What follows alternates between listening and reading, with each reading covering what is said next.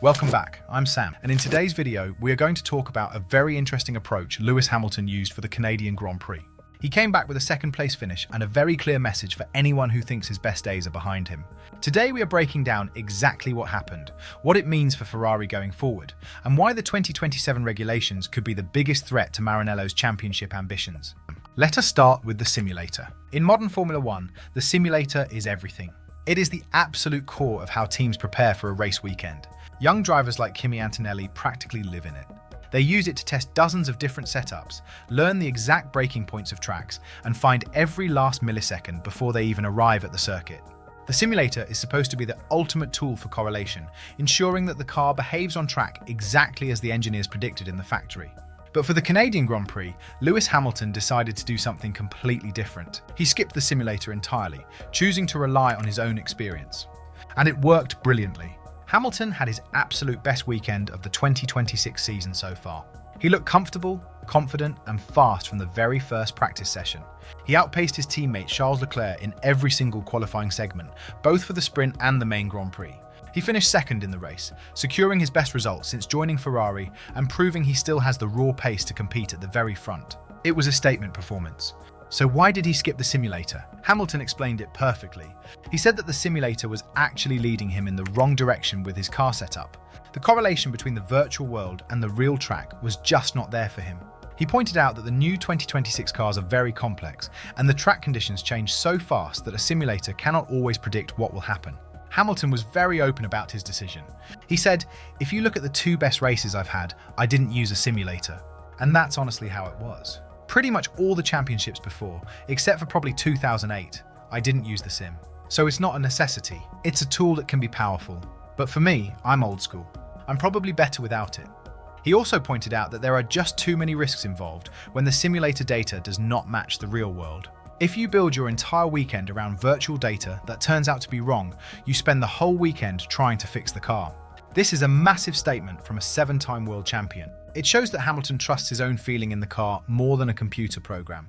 Jolyon Palmer, a former F1 driver, strongly agreed with Hamilton's approach. Palmer explained that for a driver with nearly 400 race starts, the muscle memory is already deeply ingrained. He understands exactly what he wants from the car. Palmer noted that unless the simulator is perfectly correlated to what you will get on the track, it provides a negligible benefit. You cannot just plug and play on a Friday, especially on a track like Montreal where the surface is dirty and the wind direction changes constantly. Palmer even compared Hamilton to Michael Schumacher. When Schumacher returned to Mercedes, he also hated using simulators because they made him feel motion sickness. Now let us talk about Ferrari's overall pace in Canada. They looked genuinely strong. Hamilton's second place was a massive boost for the team, and it showed that the car has serious potential on certain types of circuits. But the harsh reality is that Ferrari is still playing catch-up in the development race. They brought a massive, aggressive upgrade package to Miami earlier in May, which included a new rear wing, a revised floor, and their highly controversial flick-tail mode exhaust system.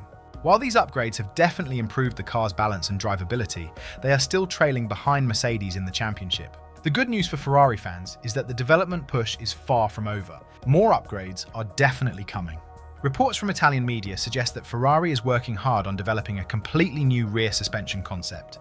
This new suspension is expected to arrive soon, although it will likely be delayed and probably will not be ready in time for the British Grand Prix at Silverstone. They are also planning several more circuit-specific updates to optimize the car for different track layouts.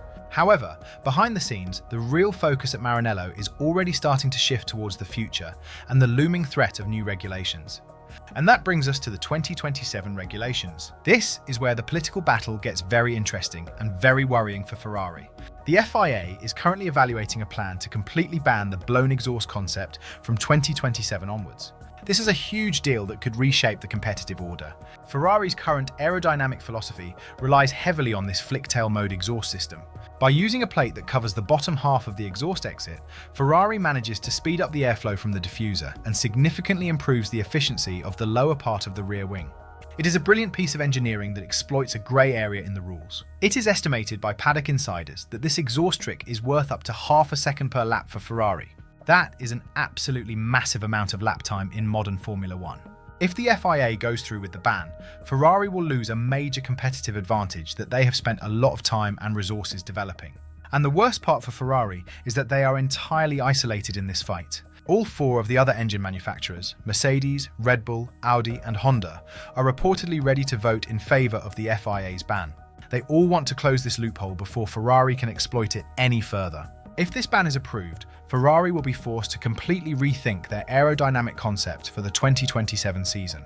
But despite these looming technical challenges and the slow start to the season, Lewis Hamilton remains fully committed to the Ferrari project. Ahead of the Canadian Grand Prix, there were some wild, unfounded rumours floating around on social media suggesting that Hamilton might actually retire at the end of the year if the situation at Ferrari did not improve quickly. Hamilton shut those rumours down immediately, and he did it in the most definitive Lewis Hamilton way possible. Speaking to the media in Montreal, he said, "I'm still in contract, so everything's 100% clear to me. I'm still focused, I'm still motivated, I still love what I do with all my heart, and I'm going to be here for quite some time, so get used to it. There's a lot of people that are trying to retire me, and that's not even on my thoughts. I'm already thinking of what will be next and planning for the next 5 years. But yeah, I still plan to be here for some time. Get used to it." That is a powerful message directed straight at his critics, the media, and anyone in the paddock who doubts his resolve. Hamilton is 41 years old, but he is already planning for the next 5 years of his life and career. He appeared to confirm that his current contract with Ferrari extends through the 2027 season, meaning he will be racing well into his 40s. He is clearly not looking for an easy way out or a quick retirement. He genuinely wants to win an 8th World Championship with Ferrari, and he is willing to put in the hard work and the time required to make that dream a reality. Hamilton also showed his deeply emotional side this week.